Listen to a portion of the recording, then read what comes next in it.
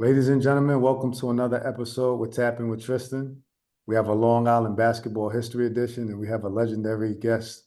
I'm really excited for this conversation. I'm going to let him introduce himself. My name is Jeff Ruland. I'm a 1977 Regents grad from Sachem High School. How I got that Regents, I'll never know, but I didn't go to BOCES. We got it. We got that thing locked in. How we Not doing? that that's a bad thing. How we doing today? I can't screw a light bulb in, so I got issues. We still got a Regents diploma though, so we good. Yeah, no question. I went back after 10 years, got my degree. It's one of the things I'm most proud of besides my daughters. Big deal. That's a big 70 deal. credits in a year and a half. The first 3 years I did 50. I was playing hoops and hanging out, not doing the right thing. So Not doing the right thing, man. So that's get older, you get wiser, baby. As you should, as you should. So we're going. That's not always the case, man. It's not always the case. We got a lot of dumb people out there, bro. Yeah, we got a lot of old fools out there, don't we? Stop texting and driving. Let's go back to early years, man. When did we get involved? When did we get involved with basketball? What age? What's the earliest memory? Let's start there. Oh man! First of all, I loved baseball. Okay. And then I played football, and then I saw people get hurt in football. I played basketball in the 8th grade, and I sucked. I had a coach, Stone, great guy, passed away way too early. He got my juices going. 9th grade, I started after 8th grade, I started playing every day. Okay. 9th grade, I went from 8th grade to 9th grade that summer. I went from 5'8" to 6'3.5". Okay. So I was the second leading scorer in the 9th grade. We're undefeated. Leading rebounder. I used to announce our stats on the speaker. You'd hope it to impress a girl. Absolutely. And Tommy Evans, who we played together in high school, was all Long Island. He was the leading scorer, and Tom Sabatel was the coach. And man, I was banking free throws in back then, but I got really good at the end of 9th grade, and there wasn't a lot of guys that ever got moved up to Sachem as a sophomore. And they caught me in the parking lot, and Coach Klauser and Coach Rich told me we're gonna move you up to varsity, and came off the bench, second leading scorer. I think I made all league, but yeah, that was a long time. This is still 9th grade right here? No, that was that was sophomore year. Okay, but, okay. So yeah, before that though, just before, I used to ride my bike, to 20, 30 miles to get a game. And then when I got my first crappy car, I would actually go pick up like Kevin Hamilton. We'd go to Wine Dance, Amityville. Yeah. Not too many white boys. Not too many white guys out there. So you're going in the hood. You want to play against the best. You want to be the best. You got to play against the best. So we used to just, and then 5-star, I got introduced to that. That was a big part of my life. But also back then, there wasn't a lot of AAU teams. I played for Riverside Hawks. Right. And we had like Albert King. I mean, one guard, Artie Green went to Taft. I mean, we would go out to Vegas and Las Vegas and play. There was only like 10 AAU teams. Wow. Watts would come down from California in a caravan.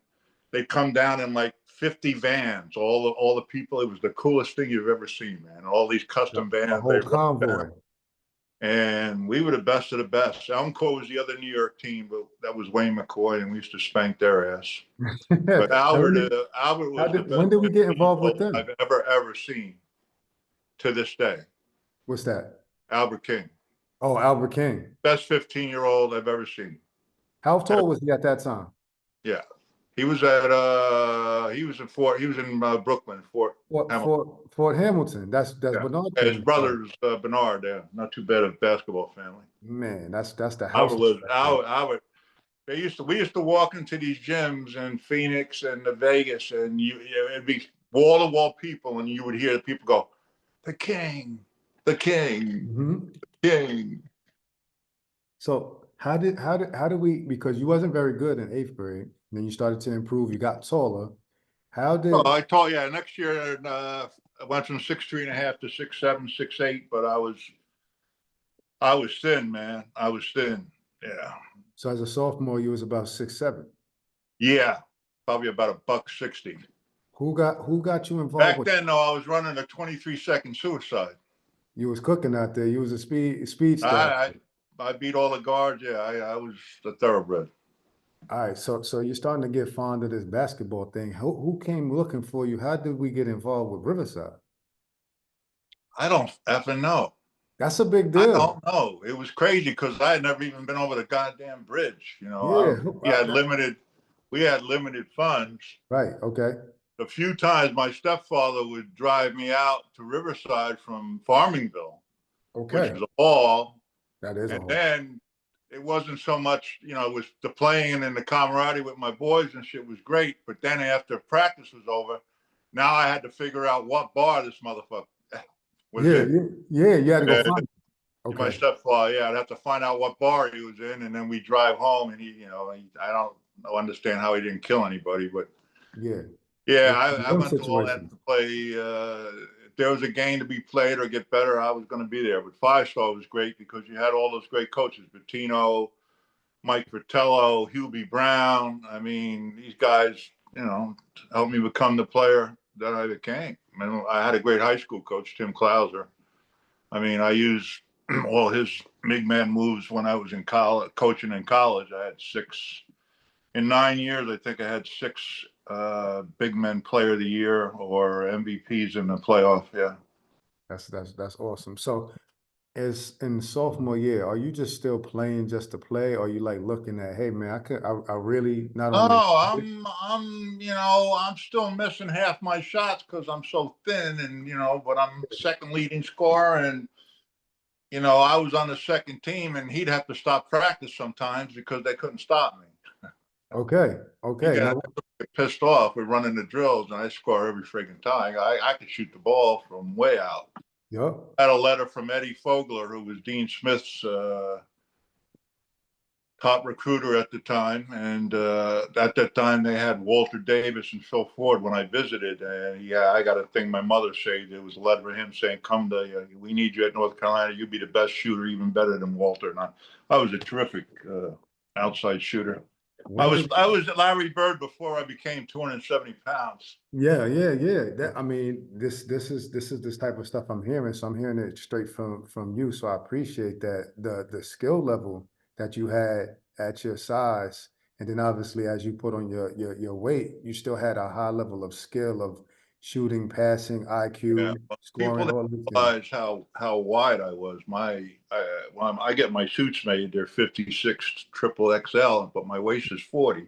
So Yeah, my back is like, that's how I used to keep guys off of me. Just use my body, absolutely, absolutely. So use what you're blessed with. But I think when I remember going to the Sixers, they had to run a mile and Barkley walked. He told me stories that Moses would walk it, but that's not how I was wired. So I ran it, and I was 270. That summer, when I got traded, I lifted for the first time in my life, and I was stoked. But I ran a 5:03 mile at that point, and that's with numerous knee surgeries. So yeah, that's I impressive. had So some wheels back then.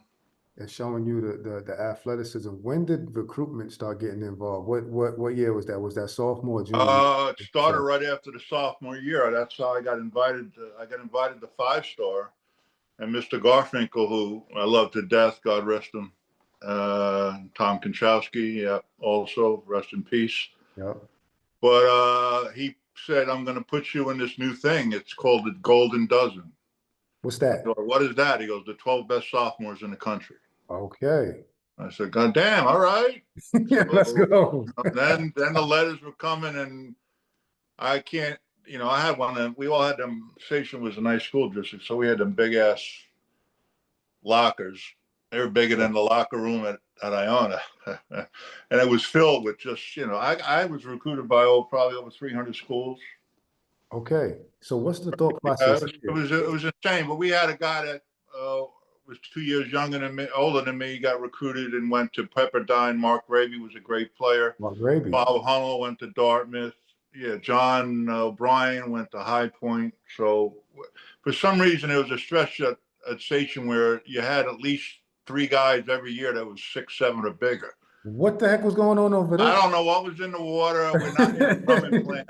so we ain't got no radioactive shit going on. What's going on there? We got to go back and look in the archives. I And see. don't know because it must have dried up because they ain't been a player since. It hasn't been. It's the Kaz Moss Sad, man. It's sad. Long Island in the 70s was was you had booming. Mitch Kupchak, Burkowski, Stan Mhm. Wilcox, Glenn Vickers, Kevin Hamilton, Kevin Vesey. Yeah, I mean, Long, strong list. It's a strong list. unless look where they went to college.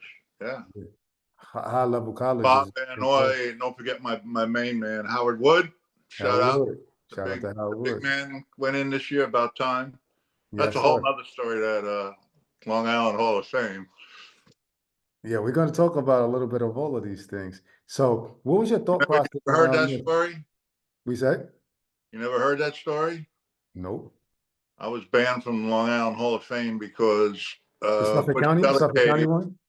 Butch Delicate, son got cut at Sachem sophomore year, which was my senior year. He was the ref in the finals against North Babylon. And he made a horrible call at the end of the game. Oh, I no. passed it off to my man Joe for an and one. He called traveling. We lost the game. I was always bitter about that. So some guy calls me and says from Newsday, he says, "Hey, they're starting the Long Island Hall of Fame." I say, "That's great. Who's doing it?" He goes, "Oh, Butch Delicate." "Oh, wonderful. Who's the first inductee?" "Butch Delicate." I go, "Who starts a Hall of Fame and puts himself in?" So he banned me. His son banned me. I finally went in after they got moved out. I guess he passed away. I actually regret now that I had a principle that I did go in, but Christopher Carroll convinced me. But yeah, Okay, for the Suffolk County Hall of Fame. He put himself in first. me open my mouth. I thought it was. I mean, who does that? I just Yeah, I mean, it's a general question. I think it's a tongue-in-cheek question, but also real at the same time. Like, who's gonna open the door and put themselves in first? And they took thank it. you. I didn't think I was crazy, but They didn't like that.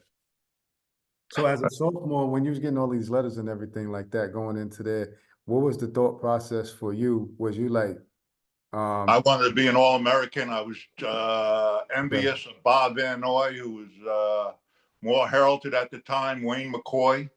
okay, And, I found myself in the weight room, but not working on my upper body because I was too thin. But I was doing leg presses. I go to bed with ankle weights. I had about a 38-inch vertical in high school at the end. I hit my head on the rim. okay. So you're like, man, I'm trying to get to the Then I go to the pros and I'm about 70 pounds heavier. So the vertical wasn't quite what it used to be. Yeah, you had to switch it up a little bit. Yeah, put up the More muscle. ground base. Exactly. So walk me through the rest of I think I had OCD, man, because it was all about hoops. I would leave practice as a sophomore and go play another 6 hours out in the park. For real? I would shovel the snow off, and the people in the bar, my mom would be like, "Yo, is your son touched in the head? He's out there shoveling snow." She's like, "He ain't robbing nobody. Leave him alone." Yeah, So, this was I good would then. buy a brand new pair of Converse when I could afford them. Half the times I wear them out by accident. Yeah. After 2 weeks, they would look pristine, but I already have cardboard in them from playing. Yep. Wear a pair of Converse out in 2 weeks. I mean, I lived up at Tecumseh, that court, man. I used to ride my bike up to that bad boy from Farmanville over in Woody Crest Avenue. I guess it was about 8 or 9 miles. I go over there, and if no one was there, I just shoot for hours, but usually get some games there. So you was putting in time Mostly older early. guys would beat me up and taught me how You to tough. fend for myself. Yeah, I Yeah. went from I got bullied when I was younger, and Did you? all of a sudden, when you get to college, you're 250 and you're doing the bullying Okay. on Okay. the court, not Yeah, never yeah, off. yeah. Inside the league, yeah. In between the lines and the whistles. And sophomore year, I got a lot of national publicity. Came out, got like 30, 28 the first two games, and then my teammates froze me out the rest of the year. My As a teammates, sophomore? my older teammates, actually tried to hurt me. We were at a camp in Raleigh Massimino's camp in the Poconos, Yep. We're in these old like dormitories or log cabins or whatever, and they had these wooden flaps, you know, the wooden flaps in the cabin, and you had the hook on them. Yep. But one of my teammates took the hook off, Oh. and a couple of them threw like a 30-pound rock through the window and hit me in the head. Oh my goodness. So at that point, after when I got back, I told my mom I was transferring to Babylon to play with Glenn Vickers. I mean, then what did she say about But that? that's when, I mean, that's the rest of my junior year. They just froze me out. I got sick too. I think I had mono or something, but I stayed obviously and had a great senior year with my guys. But yeah, I had some rotten rat bastard teammates. They're gonna freak if they're still alive when they hear this, but they were jealous of you. I would assume so, yeah. You assume so. I mean, based on the behavior. So, wow. Oh, I've never been a selfish player, and you know, Yeah. I prided myself on being a great passer. Yeah. So it wasn't all about scoring. So, wow. Yeah, it's sad because sad. Yeah, it's really sad. It's it's your high school, it's your guys you grew up with. Absolutely. It changes the dynamic of everything going on. My head with a rock right now. If I saw them. I'm sure you would. They probably not going to like that part. I wouldn't need a rock. I might be 66, but knuckle sandwiches. I'm on my playing weight, baby. You start giving out them knuckle sandwiches. Yeah, so, walk me through the recruitment throughout this high school. Man, you said you got over about 300 schools looking at you. You're going to have to narrow this thing down. What are some of the things going on behind the scenes? You mentioned it was North Carolina. It was intense, man. It was intense. Talk to us.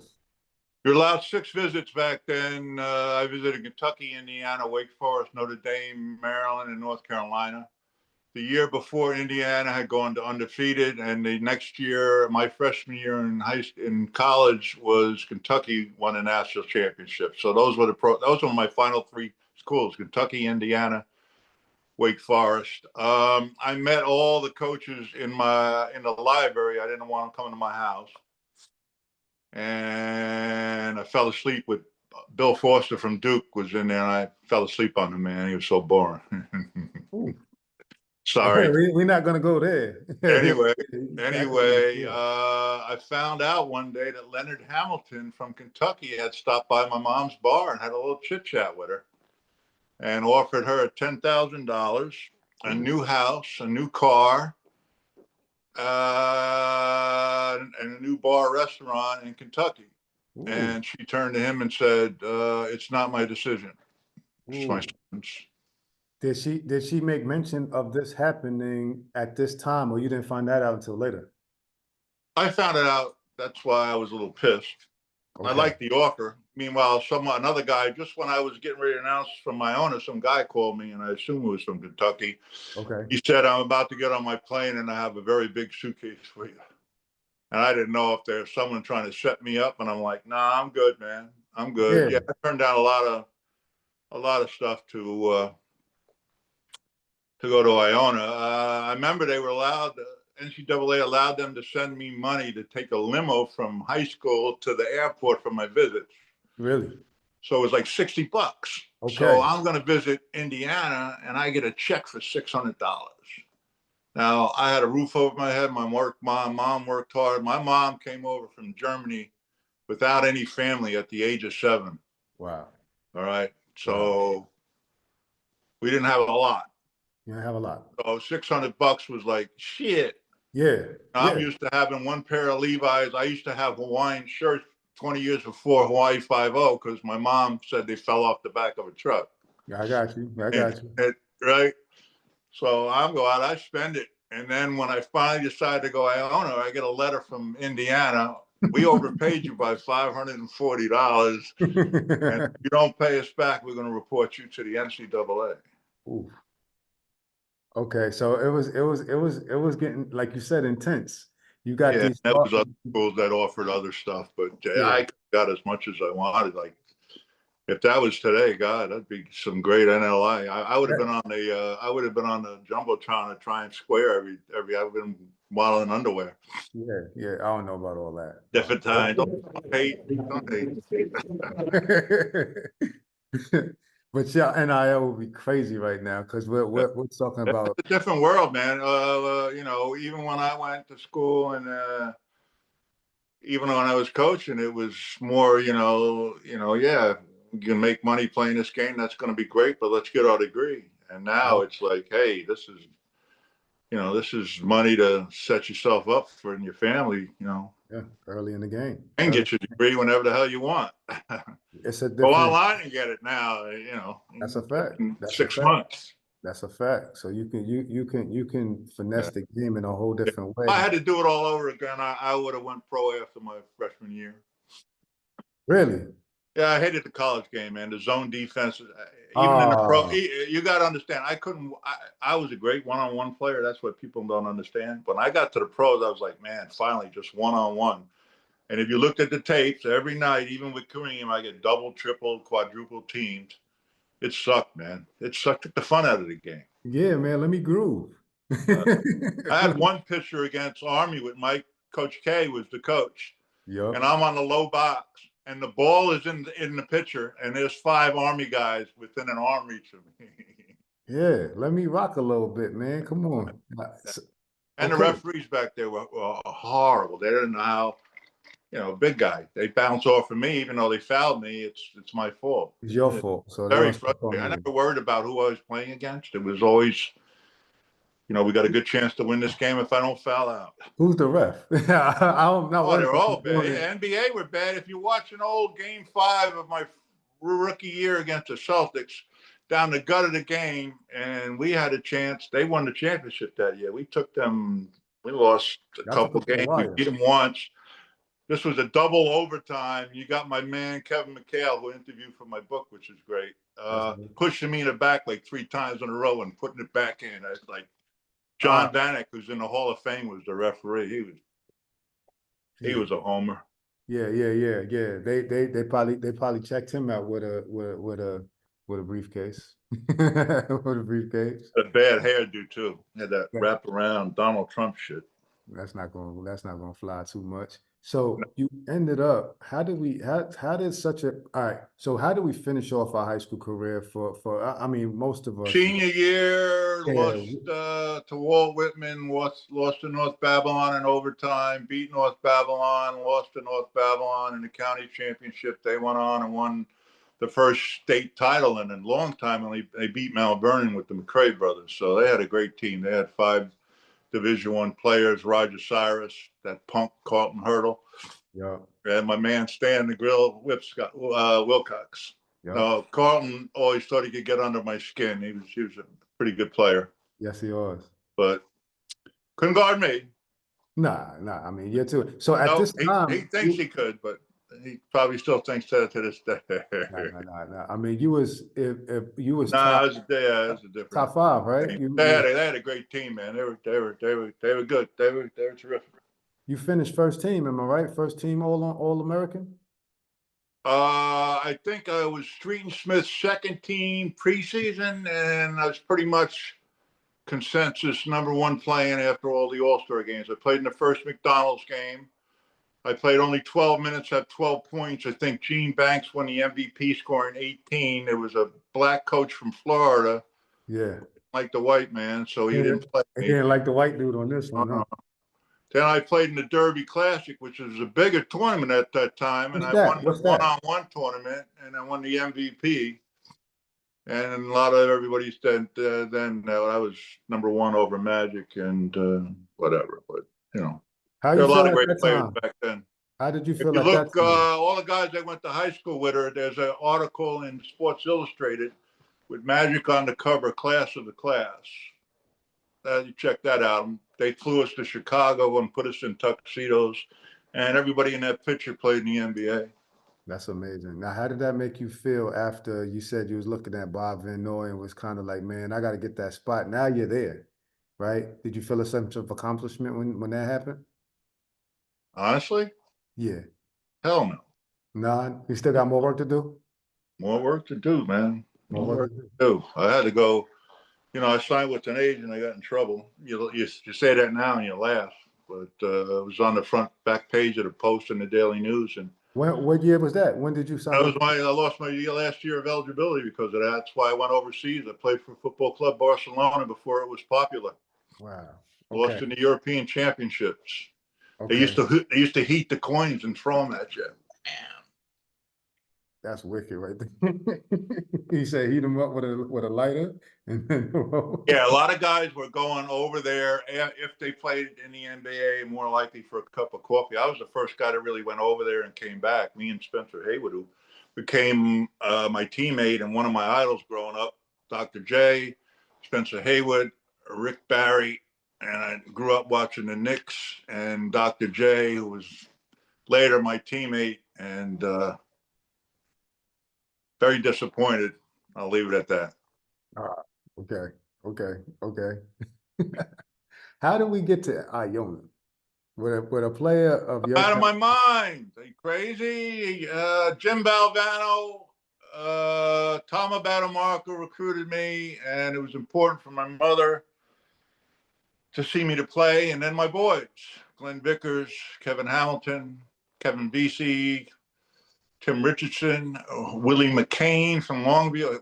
Willie went out of Longwood to Purdue with Joe Barry Carroll and transferred to Iona and couldn't get any run. How crazy is that?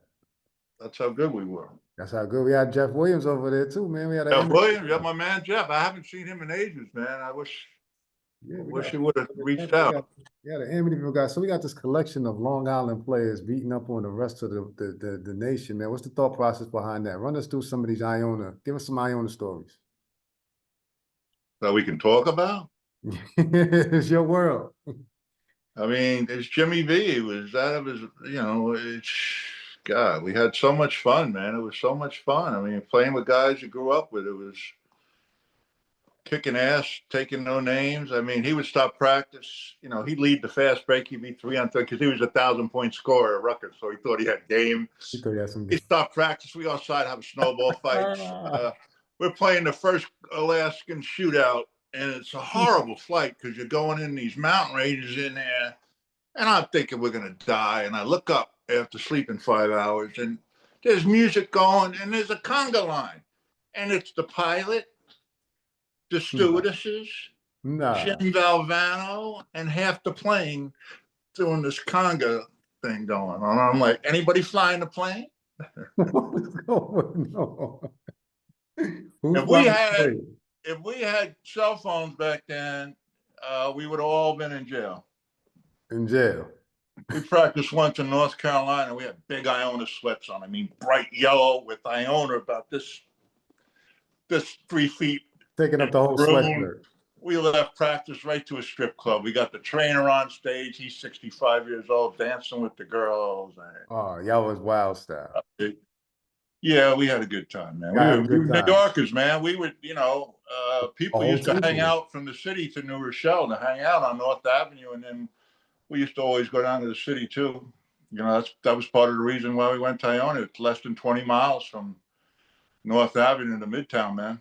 I used to take the train in from Ronkonkoma to watch the Knicks, file a ticket, go to Times Square, see the pimps, the gangsters, and the sex work. It is, a different time, man. It was entertaining, to say the least. To say the least. And it wasn't, and there's some bad things about New York, but back then, and that was, 42nd Street was wild.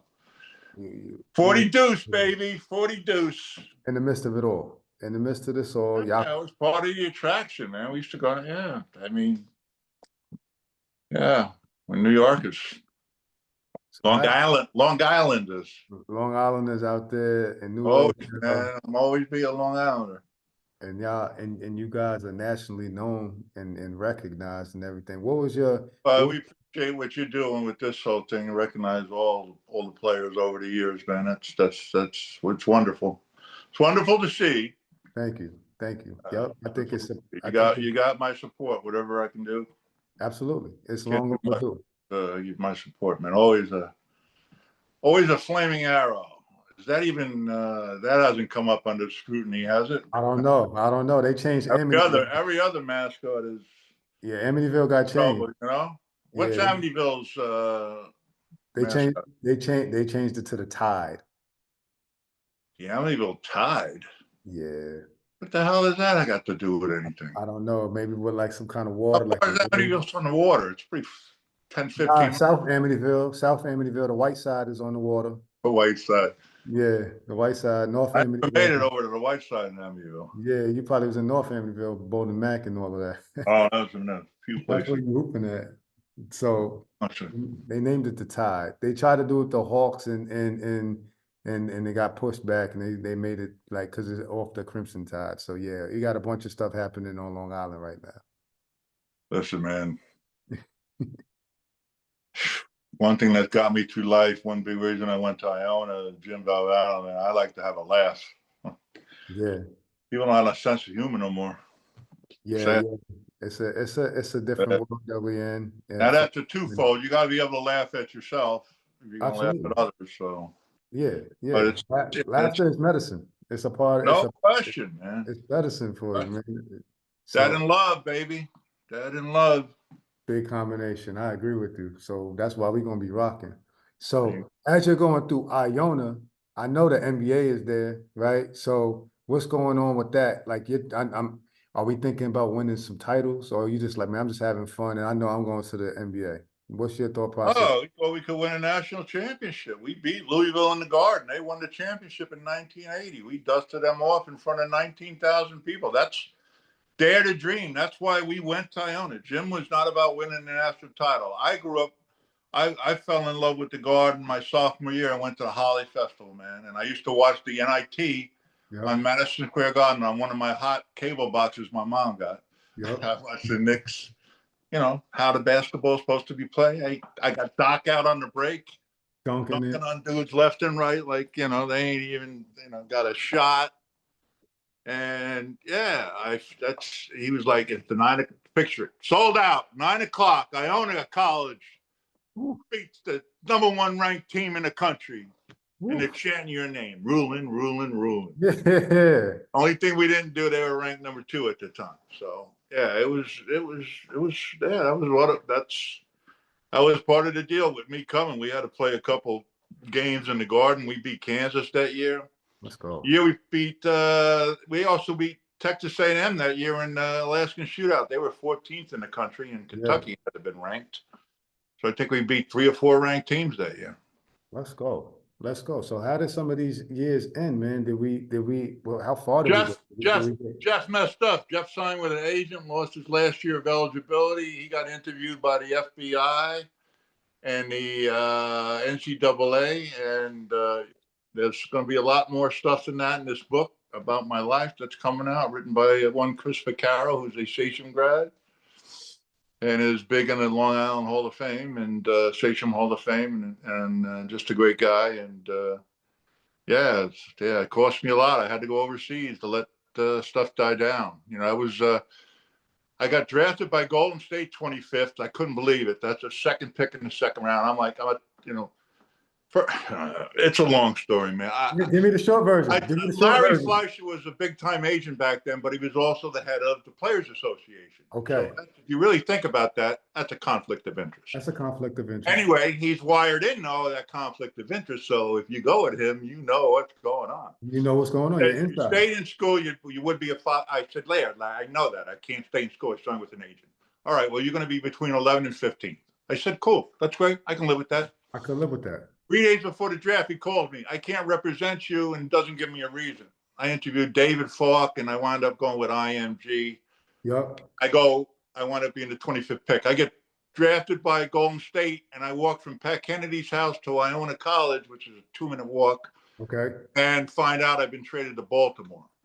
And they got Wes Unsel's last year, Hayes' last year because they're going to trade him, and Mitch Kupchak's going to be 1 year to be a free agent. And even though I thought I was better than Mitch, I didn't think I was going to play a lot. So I figured I went with my wife. We weren't married yet. We went to Spain and let it die down. My man Mahorn got picked a short time after me, I think 36th or whatever. But I had an offer of a 1-year guarantee. So if I had gone, he might have never played in the league. He had 18 years in the league. Wow. Yeah, it's funny how things work. But yeah, I went over there, and that was What's the experience over there? Makes me grow up. Made me grow up, man. Great city. Only downside, I talk bad about the place, but actually we had a great time. And if they had treated me better, I would have thought about going back. They treated me out of some of my salary and my playoff money, Ah, so it didn't end well. it didn't end well. It didn't end well. So walk me through the transition from Spain back Oh, into I'm coming back. I got a 1 year guarantee. uh, Nothing where as much as I know I'm worth, but the one thing they say is if you do well, we'll renegotiate.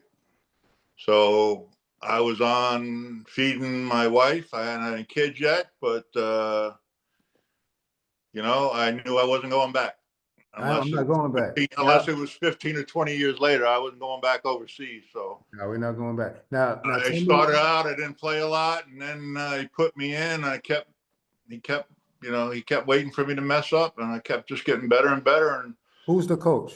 Gene Shue, yeah, I wound up playing 28 minutes, leading the team in rebounding, 9.3 a game, and second leading scorer, like 14-4, coming off the bench. At the end, I was coming off the bench getting like 25 and 15 and 30 minutes. And because, I played with reckless abandon, and I knew I'm coming off the bench. So unless I go completely nuts, I can't foul out in that amount of time. So I'm getting like 6, 7 offensive rebounds a game alone. Just out there. Putting them back in. Yeah, I know. I played with a lot of selfish guards growing up, so I always knew I could get 20 points easily just by running the court, getting a bucket off a free throw, rebound. You follow what I'm saying? Put backs. Smart man. That's a smart guy. I can get 10 to 12 points just off of just me being I'm on my own on your own. without needing anybody to get me to rock. So yeah. That's beautiful. That's beautiful to hear. You don't hear a lot of that mentality. It's more of just me with the ball. So, okay. So we're doing these things. When did we start? I make first team all rookie. Congratulations on that. That's a big deal. And they tear my contract up. All right, before we talk about that, when triple my salary, but still underpaid. When did you start gaining the size? Because remember you said you were skinny? When did we start changing? The summer between high school and college. Okay. High school, I might have finished up at 210, 215, 6'9". Yep. College, I was at least 240. I remember some girl showing me a picture of the team playing before the season began. And there was this dude, and the picture was from behind. And I'm like, my God, that dude is pretty wide. And I looked and I go, holy shit, that's me. Because I had, my mom's owned a bar. So like from junior year on, I'm drinking tiger milk, these tiger pellets, the protein. You put them in a milkshake, you're supposed to put like 10 in. I was putting in 100. I was drinking beer, anything to put weight on, man. My mom was praised that it wouldn't rain, so I would attack the refrigerator. So I was burning so many goddamn calories. I used to fall out of I slept whole weekends. I used to fall out of bed. I grew 7.5 inches that one summer. Yeah. So I went to like 240, 250. And then I got into pros. I was probably my rookie year, 255. And then, boom, I was 270. Okay. So at 255, did you feel like you had to adjust your game a lot? No, I was still really mobile. I was jumping real well. There's a couple dunks there on YouTube back then when I was a rookie that were pretty nasty. We got to check those out. I think I teabagged Jay Van Bredikoff once. Punched me in the stomach too, that ref. If I ever see him, man, I got a long memory.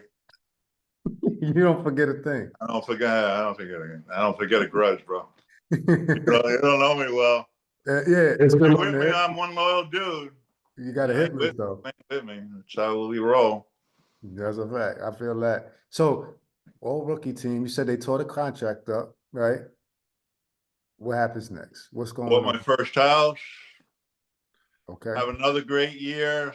I only start half the season because Spencer started out again. And I wind up 12th in the MVP voting coming off the bench half the year. I averaged 19 and 11. Should have made the All-Star team. And I'm killing dudes at the end of the year. I mean, player of the week, player of the month. I'm killing dudes. I'm averaging like 25 and 15 and 5 and steals and assists, turnovers. But people don't understand the turnovers thing. They think, well, yeah, he's a good passer, but look at all those turnovers. I average 4 turnovers a game, and I play 40 minutes. That's 1 every 10. The offense went through me. It ran through you. I'd say 70% of my turnovers were offensive fouls, picking for my teammates, or in the lane offensive rebounding. They call that a foul. Oh, it wasn't bad passes. Oh, so I get a bad rap there. But now I go back in because they said they renegotiate every year, and he's got a check for 80 grand, and I'm like, you said you renegotiate, and he said, no, we're not. We're gonna wait another year. We want to see more. See more. I'm like, oh. I handed him back the check. I regret that. I should have kept that sucker. I had I had an unbelievable year. First All-Star game, top 15 in scoring, tied for second in rebounding, fifth in field goal percentage. I'm like second or third in the league in free throws taken. And they finally give me a new 5-year deal for $4 million. And I'm still only, at that time, 28th highest paid in the league. And that year they put in the first salary cap, which I think was 2.8 million. It's 128 million now.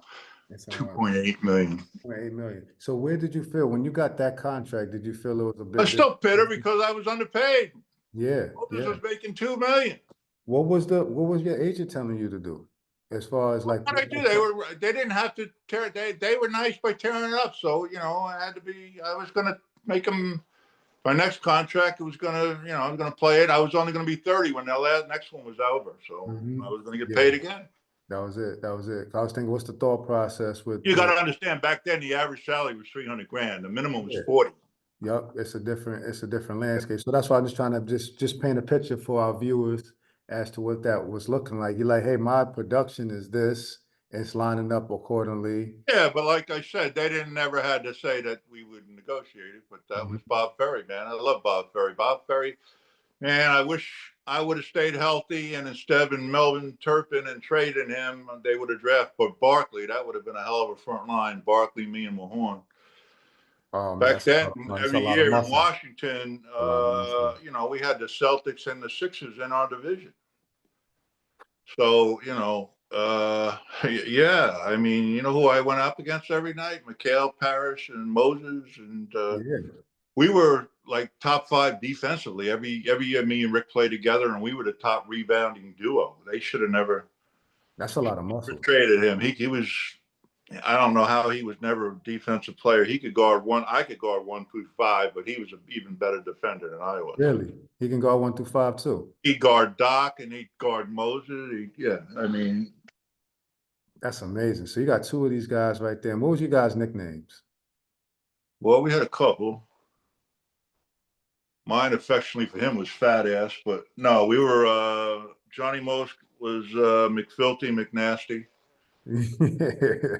And some Beef Brothers, the Beef Brothers. The Beef Brothers, yeah. We used to hit back then, you got to understand, like, you bumping cutters guard passes to the wing and goes to the middle.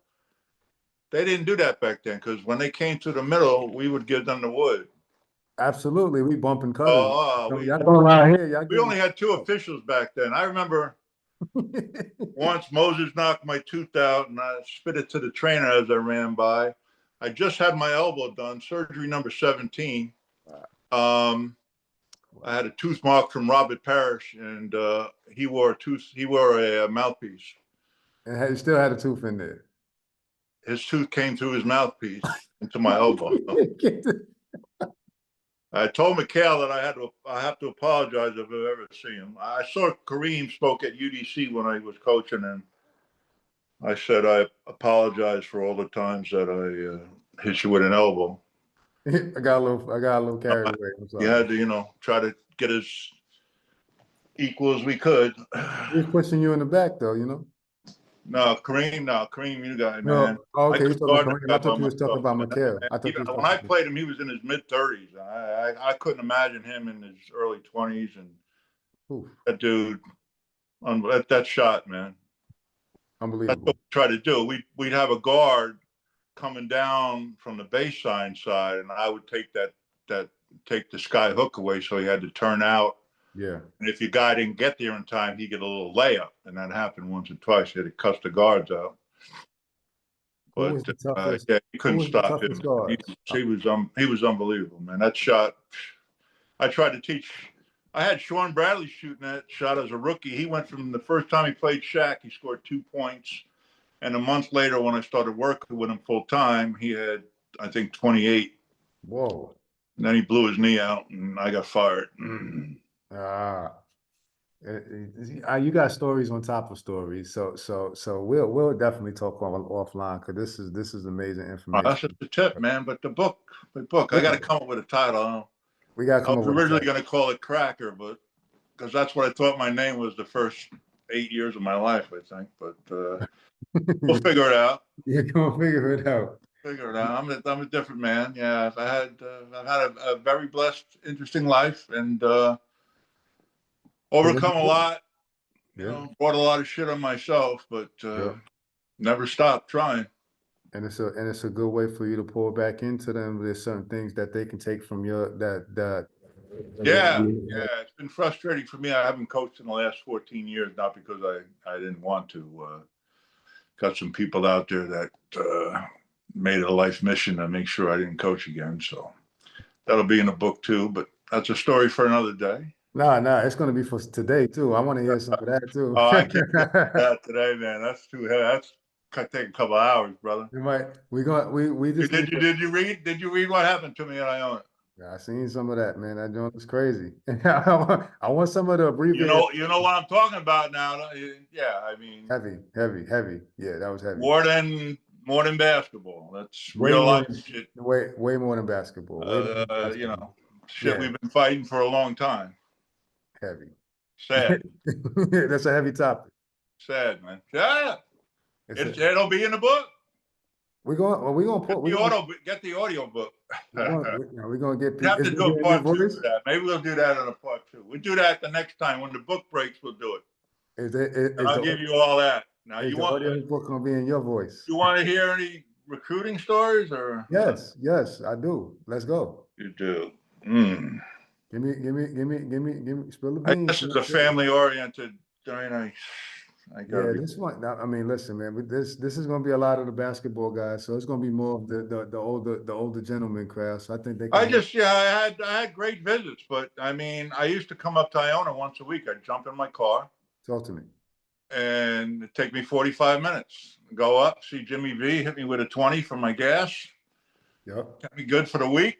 Yep. And saw my boys that were going to be my teammates. But yeah, I had great visits. I visited Indiana with Stan Wilcox. Had a great visit in Notre Dame. I actually had a wonderful time. I actually thought long and hard, but I didn't like Digger Phelps. He was very arrogant. And I told him that we're friends to this day. But yeah, he was an arrogant. I like Kentucky a lot. Joby Hall. I like Leonard Hamilton a lot. It was tough not to go to Kentucky. Indiana, I knew Bobby would make me a better player. I also knew I would probably beat his ass. And when I tried out for the Pan American game, this guy, when I played the game against Howard Wood, I had broken my ankle halfway through the West Babylon quarterfinal.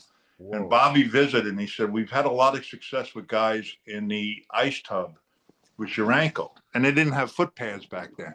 So I iced my foot like 20 minutes on, 20 minutes off for 3 days. I had this ballerina lady tape me, and then I went out and we beat East Hampton, which was #1 in the state for all the season long. And so he knew how tough I was. Now I try out for Pan Am games, and I sprained my ankle, and now he's telling the NBA players I'm soft, I'm this, I'm that. God, I'm glad I didn't go there. And then that same summer, I won a gold medal with the World University Games, and Kevin McHale was my roommate for a month. So, and then let me see, Wake Forest. I met Mike Palmer, who I knew in high school. Mike wound up transferring from Wake Forest and played on our Iona team. He was a small forward, great player, a great high school player. Crazy. And then I met one of my lifelong friends, Frank Johnson, who I was in his wedding. Frank was later my teammate, and they were finished 8th in the country that year. They were really good. If I went there, I would have won the national championship. But Carl Tacey, he would put me asleep like Tom Foster from Duke. Dave Odom was assistant coach, great guy. Really loved that. But Maryland was great. Lefty was full of shit. I have a story I can't tell here that'll be in the book about Lefty. Okay. North Carolina was great. One of the white players who I knew, and I'll name him in the book, Okay. told us that they lost. They played Wake Forest. Wake Forest was at North Carolina because Frank came after the game after they won and shook my hand. I was in the front row. Okay. Said that they lost the game because of those Walter Davis and Phil Ford. I mean, talk about great players. Great. Walter Davis was. They was unreal. Smith held him to 15 points, and this white guy said we lost the game because of those slang words. Yeah, yeah. Brothers. And that's when I said, well, I ain't going there. We're not going there. Yeah, we're not going to go there. Not going to North Carolina. Oof. Oh. Yeah, Indiana, I had a great visit, but yeah, Bobby and I would have fought. Yeah, I definitely would have fought. Yeah, I would have definitely fought. What are you going to do? That was a good. So he did me dirty. So yeah, that was all the visits. There's a lot of stuff that went on in those visits. Like Kentucky, I'm in my hotel room, and not Mike, what's his name? Rick Roby says, we all work down here for different guys with horse ranches, and so the races are on, and I'm getting dressed and taking my time, and like 3-4 races go by, and he picks each winner, and I'm like, is there any reason we're not at the racetrack betting these? Yeah, talk to me. You got 3 in a row, man. What we doing? He goes, you come here, you don't even have to be bet. You don't even have to bet. Oh. So is this mind blowing for you? Was this mind blowing for you coming from Farmanville? Well, I born and I had a very tragic experience in Bay Shore. I almost got killed. Really? Yeah, a guy beat me up. He was going to kill me. Yeah. Whoa. Yeah. How old was you then? I was the wrong skin color. How old was this? How old was you when this happened? This was the 4th grade because my mother sold a house and we moved to Farmingville, but I stayed a year in Bay Shore, but in a different part with one of my half brothers for 5th grade. So yeah, it was pretty bad, man. He beat me so bad, man. I had lumps on my head. I crapped myself. Yeah. It was, oh man, I'm sorry. A couple weeks later, the guy was arrested again and went back to prison. But the only time my stepfather ever did anything good in his life, he was going to do something. My mom's like, nah, I come back and burn the house. So she sold the house, sold the bar, and we got out of town. I lived about a mile from Bay Shore High School. I didn't know this. Did you put 2nd Avenue, baby? Get the heck out of here. McClures were a family up the street, a black family that were like, I was there. I was little Jeff. There was a big Jeff, and I was little Jeff. I was like adopted by them. They treated me so well. So we was having this racial tension on both sides, white to black and black to white, and you. Yeah, it's racism. It's everywhere, man. It's sad. It's a horrible thing. Yeah, it's a horrible thing. Oh, all over skin color. It's crazy, and religion. Yeah. Wow. One day, maybe. One day. I mean, it starts with conversations like this. Like, you know what I mean? Just.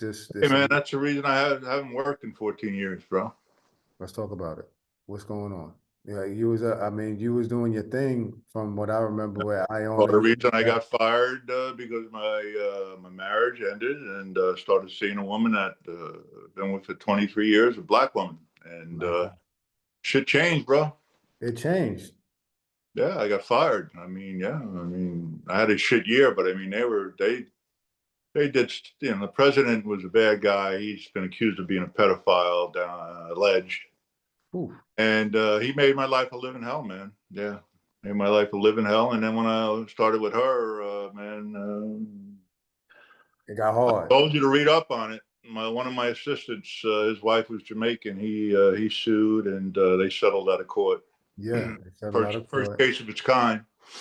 Wow. Yeah, it's sad.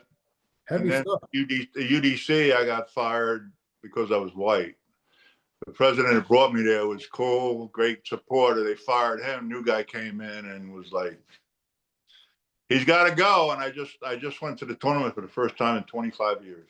You We were see, ranked nationally, and the place was, oh man, talk about a tough job. UC Davis. UDC, Black School, It's a black school. University District of Columbia. Oh, UDC. Okay. Okay. Okay. I'm UDC. flipping. Okay. Okay. And all these football players going to these historic black universities. I got UDC. nothing. In 2009, no one said anything about me, man. I was a pioneer. UDC. Okay. Okay. Pardon me. I'm thinking UC Davis. UDC. Oh, you in district. You in Chocolate City. There you go. Yeah. So you this white dude, a big white dude with a career and a background and everything in the middle of you know what I mean? And there's affluent black people there.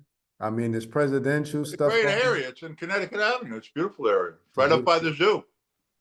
What happened? It's Give me a just little. so mismanaged because the city council, like the kids were supposed to Wow. get their meal money and their meal money and their book money when school starts. Right. They wouldn't get it until like 2 months in. And who do you think they blame? They blame you. Of course. So now I got to feed these guys. I'm in my office, which is like a bunker. There's no windows and shit. That was torture in itself. It was like I thought I was in World War II and shit. I'm in there making sandwiches for these guys, making separate lunches and dinners for them. I'm packing grapes and shit. The buses were so bad that I would take a picture of the wheels and stuff and send them to my daughter in case something happened to me to get to my attorney. Cause they ball. The wheels was Oh, bubbling. man. We came back from a trip and we had to call DC Fire and Rescue. Now, you know how big I am. You're And not I'm a small guy. and we were with the men's and women's team. We couldn't get off the bus. I couldn't open the door. We couldn't open the windows for 2 hours. Oh my goodness. That's how bad things were at that place, man. In the 87, they had 18,000 students. Now they got like 1,500. They have part of it is now a junior college. They got about 2,500 there. When I was there in 2009 for 4 years, I graduated 80% of my guys. The school graduation rate was 8%. Oh, that's a story. That's nasty. That is nasty. That's what is nasty. going on what is going on in the front office? What's going on is people there are government workers. They can't be fired. I had to speak to a certain woman in human resources. I called every day for a month. And it didn't matter what day or what time I called, she was at lunch. Lunchtime. She never came in, and you couldn't fire her. She's at lunch. They built a 48 million student center. They got no students. And no students there. Okay. Money there is being stolen. Someone needs to write a book about that place, man. Somebody definitely needs to write a book about that. And they fired me. They said gave me a 5-year contract. They fired me because they said that the city council didn't sign off on my contract. Meanwhile, this is year 4. They've been paying me. Does that make any sense to you? No, you're 4 years in. So I was supposed to get 2 years if any shenanigans went on, and I had to sue them. They treated me. Still to this day, what I did for that place. I got a $50,000 donation about the guy reading my story about me being there and trying to help the kids. Wow. And we built a new locker room. It was the biggest donation the school ever got in athletics. Wow. I got the money from guaranteed games. Jay Wright played us twice at Villanova. That's a big national exposure. I mean, he was doing you. And once upon a time, they was actually pretty darn good. If I'm not mistaken. 81, 82 national championship. Willie Jones, who also was an assistant at Maryland, recruited me in high school. Great guy. Legend. Legend. So They corrupt. had who was it? Michael Britt, and who was the big guy? Ed, what the guy's name? You know, oh, he played at UDC. He was 6'11". He was a pretty good player. Yes, I Might noticed they had a couple of be in the players. league. I can't remember his name. God, that's bad, Jeff. I just seen some faces. I mean, this is cool that is it because it's kind of it's. You got a Google thing in front of you? Google UDC National Championship and see who the best player is for me. Michael Britt was one, but they had a 7-footer. Earl Jones. Earl Jones. That's before your time, my man. You weren't even a thought in your dad's mind. Not quite. I'm 83, but Yeah, that was probably 80, 81. yes, I still wasn't around yet. Yeah. But corruption, and so you had two different schools where they jamming you up. The other school, and then Yeah, I've actually caught guys from my own calling places and bad mouthing me, but we'll address that down the road. yeah, It's a sad situation, but yes, like I said, you know, life is not all full of roses here. If every day was perfect, we'd be living in Switzerland, and they've got the highest rate of suicide. So adversity doesn't kill you, makes you stronger, brother. You got to stick to your principles, and proud of the man I am. absolutely, absolutely. So if you had the opportunity, you would want to get back into coaching. I haven't stopped wanting. Yeah. I can't tell you how many places I've called, or yeah. So what would it take? What do you think that it would it take? At this point, I don't see anything that would ever happen. Unfortunately, I'm open to it, but I got a lot. You know, I was a basketball savant, man. And I got a great feel for identifying players. I mean, Absolutely. that's all. That's just the way it is, man. Just concentrate on being a granddad now. Absolutely. And getting this book off, getting the book off the ground. You know, it's been good therapeutic. Bump, bump, bump. So are you Good to also hear people what they think of you while you're still alive. absolutely, absolutely. That's why I another asked my daughters to do that, but they won't do it. Damn it! we're here to celebrate you. You're a big deal, Jeff Ruland. I don't know about that, man. I put my pants on like everybody else, bro. Absolutely, absolutely. But what you've done and the way you held it down for yourself and for Long Island is much appreciated. And now putting stuff out in the book to go through your experience because some of this stuff is really Yeah, so hopefully it'll help people, man. I mean, back then I signed with an agent. I did that. I screwed up. That was my bad. But young man, you're a young man. yeah, young and dumb. But you know what the thing was? It wasn't legally binding because I wasn't of age, but it was an NCAA violation. We know how. Meanwhile, I told you some of the stuff I was offered. So, oh my goodness, we know how NCAA. It's like this stuff now. These coaches get in trouble and nothing happens to them. Absolutely. So you have your hand in some of the biggest storylines and heavy topics. Well, you forgot about when I came back after 4 years. I had the first microfracture. Better come back than George Foreman, and I got run over by a luggage cart in Boston. You need to read. You need to research that story. No, yes, thank you so much. That was one. I just rehashed that with my attorney because we got to talk a little bit about that. The Celtics said it never happened. It never happened. The guy never ran the cart into me. I had broken up a fight between him and someone on the Sixers. And somehow I was getting on the bus and he took it out on me. A wooden dolly with 40 bags on it, right in my Achilles. So it's an article about, I'm trying to destroy this young man, bullshit. It's in the Boston paper.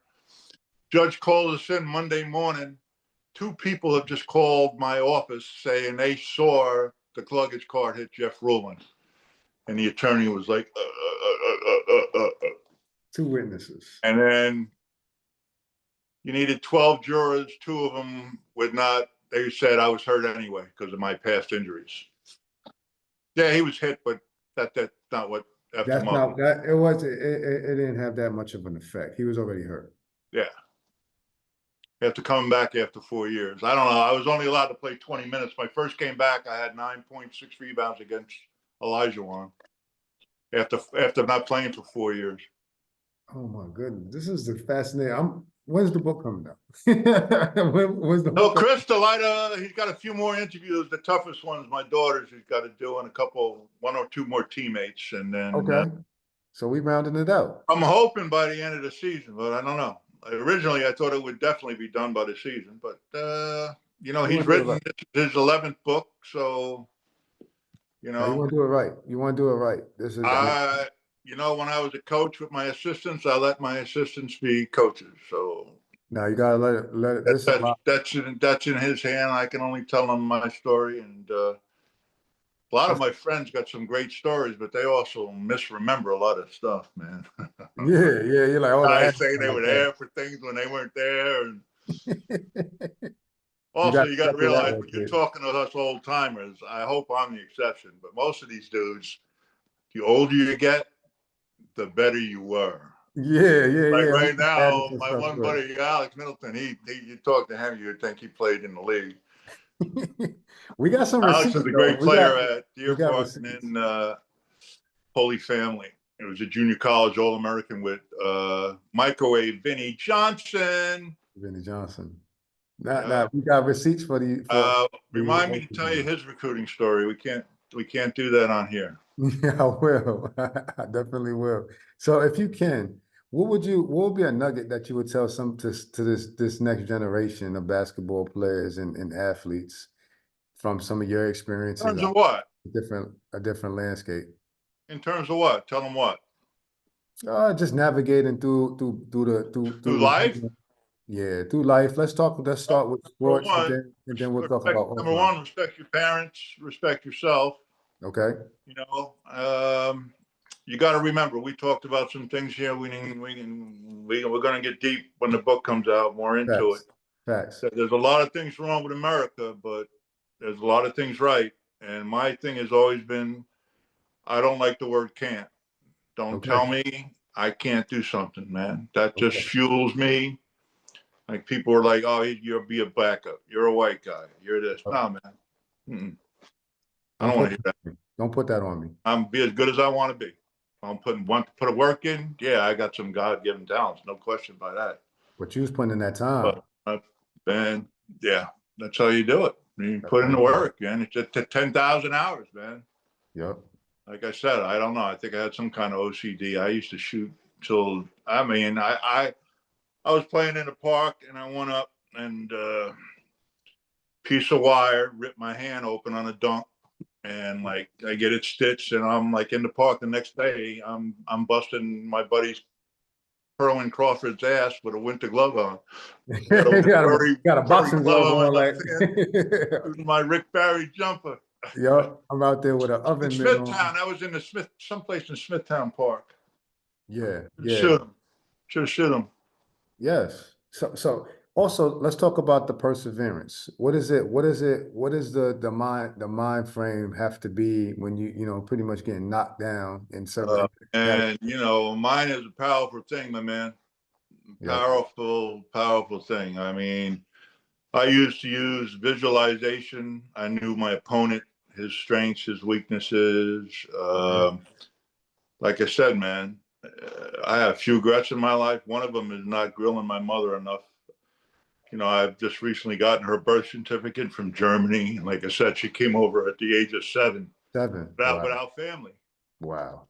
And, owned a bar in the 60s and the 70s when most women were in the home, vacuuming, and she did all that. Wow. With crazy husbands and kids, and she was a great woman, man. Wow. This is very fascinating, very powerful. All of the ebbs and flows, because I think sometimes, and you can correct me if I'm wrong, I think sometimes when people see the ultra talented or people who have like a really good career, they feel like most of it is pretty smooth. They feel like, a lot of people feel like that. People don't understand, like, from being like, all right, I'm the best player on my high school team. Yeah. All right. I'm one of the top players in the county. I'm one of the top players on Long Island. I'm one of the top players in New York State. Yeah.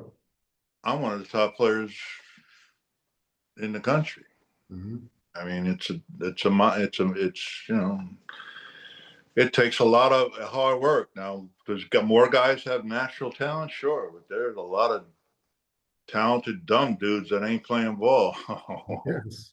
Yes. Oh, it's a lot of it's up here, and then like I said, I got bullied, and I didn't like that. But then when you become 6'10", 275, and you're kind of immune to pain, unless I got hit in my face, I really didn't feel it, which is, Wow.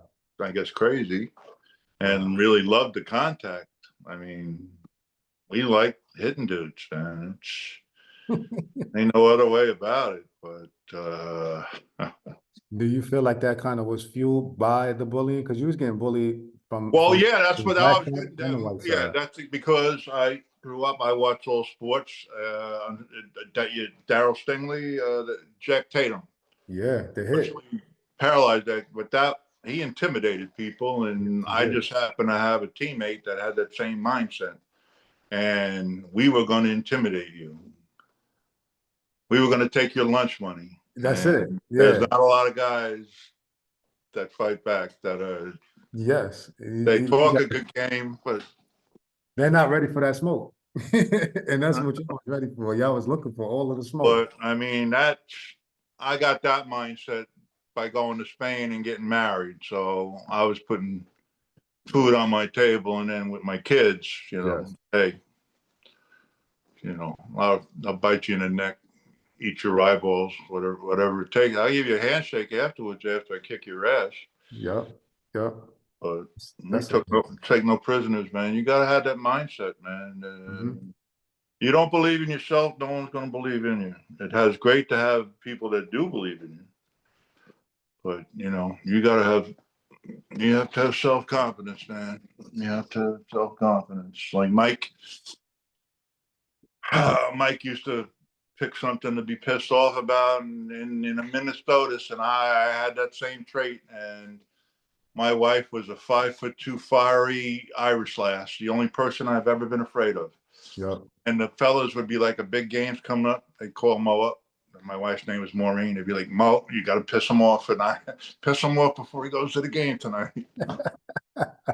And, Give him but it some wore on motivation me before he get over because here. it wore on me because we're playing the Celtics. We're playing the Lake. The Lakers, Celtics, and the Sixers had much more talent than any at the time that we played in the early '80s, mid '80s, Yeah. and it was discouraging, man. It was discouraging. It was an unbelievable experience, but yeah, it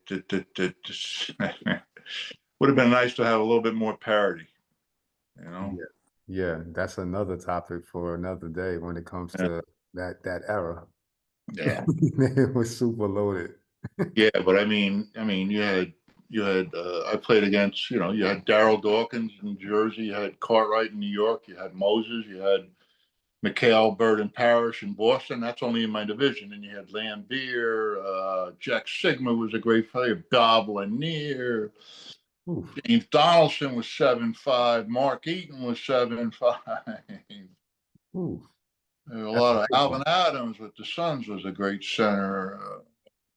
Yeah, I So think now there's only a couple of great centers.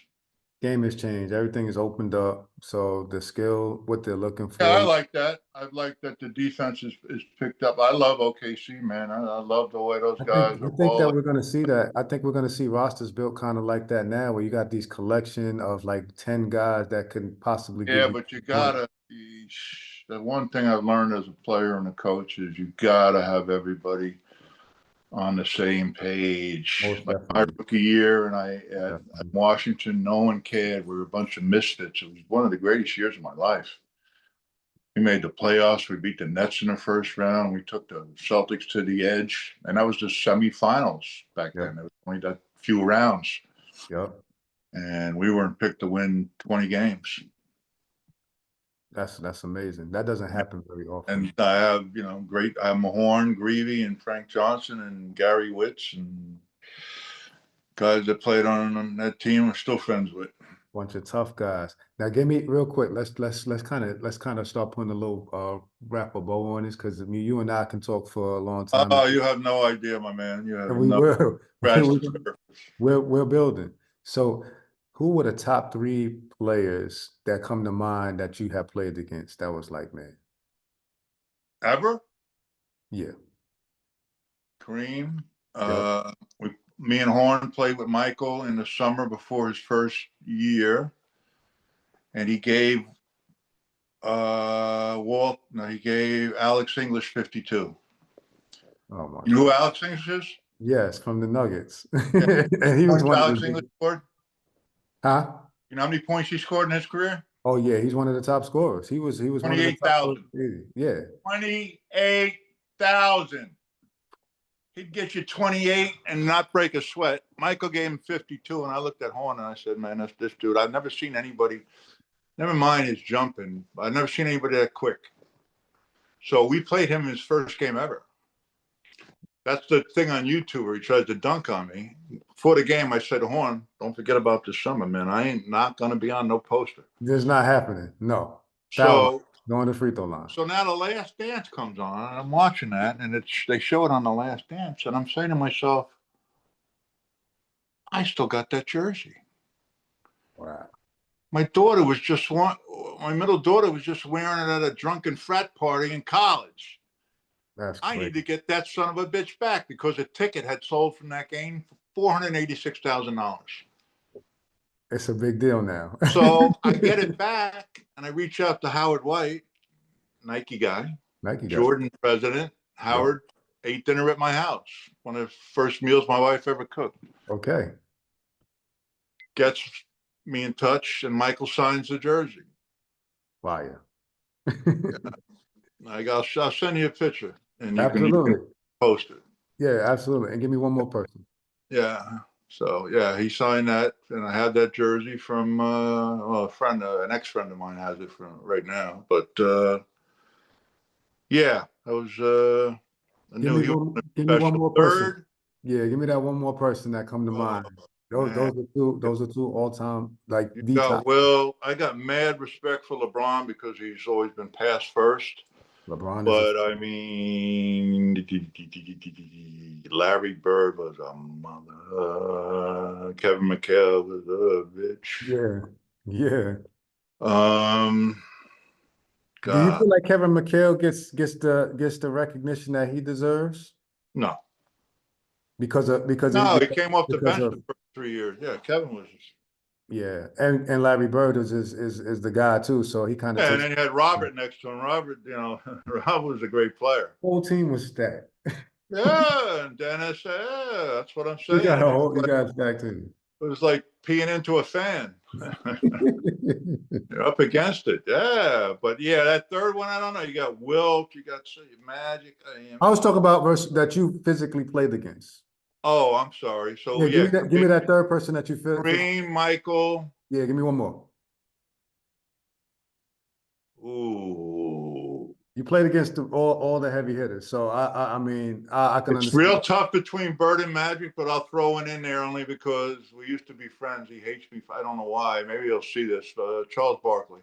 Most amazing dude. I was so happy to be traded to the Sixers, man, and then I would have got him a championship because I would have scored 15 points. We had Andrew Toney, him, Roy Hinson, Mo Cheeks. I was going to lead the league in rebounding and assists. I'm just going to get the ball. I'm like Moses. When I played there, when I practiced with them, and I only played 5 games, I had Mo Cheeks and Dr. J said that I was the best passer they've ever played with. Now, over the years, they've forgotten that shit, and Dr. J wasn't very kind in his books, but that's neither here nor there. But I don't know how much exposure we're going to get with this, but if big man Shaq O'Neal, I need to talk to him about something. I've been trying to get in contact with him for 2 years. I called the Retired Players Association, won't call me back. Iguodala, I coached in Philly. He's the player for the players. I called him 10 days ago. He don't call me back. He has an article 10 days ago saying all the old players should stay in touch. Well, come on, holla at me. 914-774. Holla at me. Yeah. So I- yeah. So if this gets out there, Shaq, big man, I love you. I need to speak to you. It's Let's about make something you did that moved me, but we could also help a lot of people. So that'll be dope. Hopefully we can I get would this, man. please somehow. Jason Frazier, Down Jason in Atlantic Frazier, City, December 5th. I'm going to bum rush the security guards if I got to. he's working alongside of Sacramento State, and Jason is over there, Jason Frazier.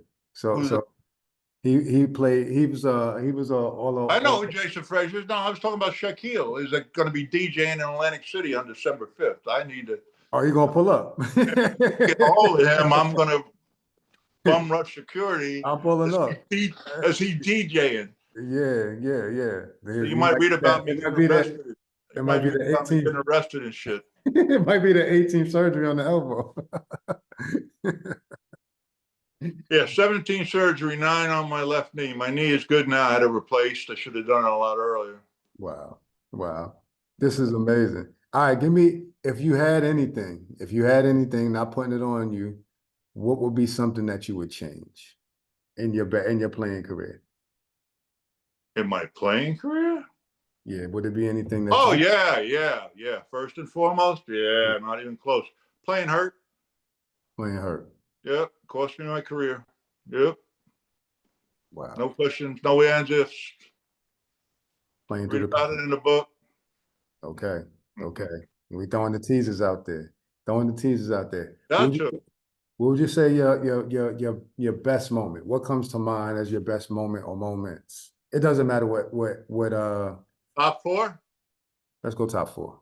I like it. Okay.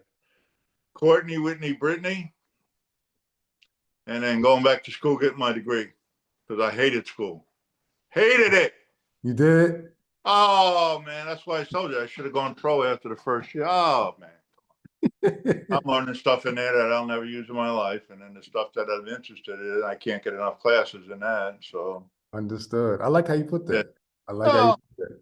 I mean, It's listen, valid though. It's valid. I went back to I had to go back because I wanted a college coach, and if I want my daughters to go, which they did, then I need to set an example. I set the example. And my one daughter's in real estate. My one daughter is a vice president at JG Wentworth. Get So cash now. yes, And then my the youngest daughter commercials. Oh, the coming commercials back never to leave you. run a long-term luxury hotel. So did something right. Did something. Absolutely. Absolutely. So Jeff Ruland, I just want to say thank you. Thank you for obviously taking. Yeah, I'm This I'm is happy to share, man. I'm a fan, and I'm with you. Whatever I can do, you're doing, keeping us alive, and hopefully a lot of other guys will come on with you. absolutely. We got Yeah, some things that we great, build. great memories. I got a lot of friends from back in that time playing high school. So still tight with my two guard Harry Edwards, who lives in Phoenix. We'll go out there every winter to see him. So yeah, man, ball has been great to Jeff Ruland. That's amazing. So for That, me, there's been some tough times, but absolutely. And my your mother perseverance my through mother it. had a survivor. You got a survivor. She had a survivor, and you got a story to tell. And we're looking forward to hearing. And I thank you for just giving us this, you know what I mean, this kind of condensed. Yeah, just a taste, man. We'll go a couple more times if you want. Absolutely, absolutely. We definitely going to continue to build Yeah, on this, and my yeah. goal is to continue to bring. We got to Yeah, fix. please, people, please. I don't read any of that stuff, so positive comments, and I don't need to be lectured. I've got no regrets in my life. I'm not perfect, nor do I try to portray that.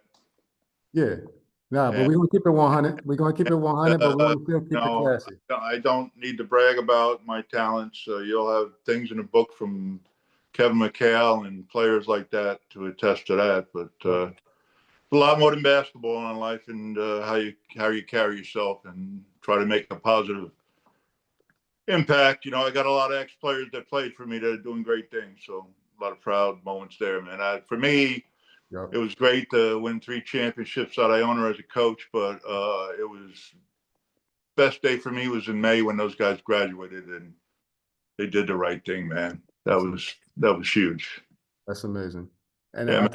I think you said it. You said it right. It's more than basketball. So that's what we're trying to do is just actually use the game of basketball as a foundation and a A conversation. lot of lifelong lessons learned from that game, man. Facts. So that's But what we're trying to do. best thing I can do is like tell you what my mom said, man. Treat people the way you would want to be treated. I think it's as simple and it's very profound at the same time. So sometimes less is more. Like sometimes that elementary term can speak very volumes, and I stand by that too. Treat people the way you want to be treated. Appreciate that. One last message to your fans to hit you up with some suggestions for the title of the book. Okay. Okay. I Need could some throw that out there too, man. I could throw that out there on the Facebook page. That page. filter that there. I don't need any trolls. I got enough. I kick the trolls off. I just spent Kick them off. We kick 8 them. hours of my life on with Easy Pass. There was a glitch in the system, and they won't admit it. Okay. Someone was kind enough to finally 70,000 people were affected. I'm one of them. You're one of them. They haven't figured. They won't admit it yet because they don't know how to fix it. They're trying to figure out how they're going to answer you guys. It's crazy. It's crazy. That's why you can't believe anything anymore. It's crazy. We got AI, we got all kind of stuff. So it's really. Yeah, I used to read a newspaper and believe half the shit. Now, you got to kind of pause when you hear everything right now. So I'm right there with you. Yeah. I'm right there with you. Well, stay healthy, man. Keep doing what you're doing, and I'm there for you. And let me know how we do there with the people. I hope they enjoyed it. It's the truth from the heart, and if you don't like it, too bad. Nah, you're the man. You're the man, and your name rings out. It's always gonna ring out. I'm looking forward to building with you, and hopefully we can do some things in real time. We got some events set up, and that's going to be announced. And looking forward for you to help build this. Good, man. If I'm available, I'll be there. All right, let's do it. All right. Peace out. All right, have a good one. All right. All right. Best, Tristan. Much love. Excuse me. No problem. Mm-hmm.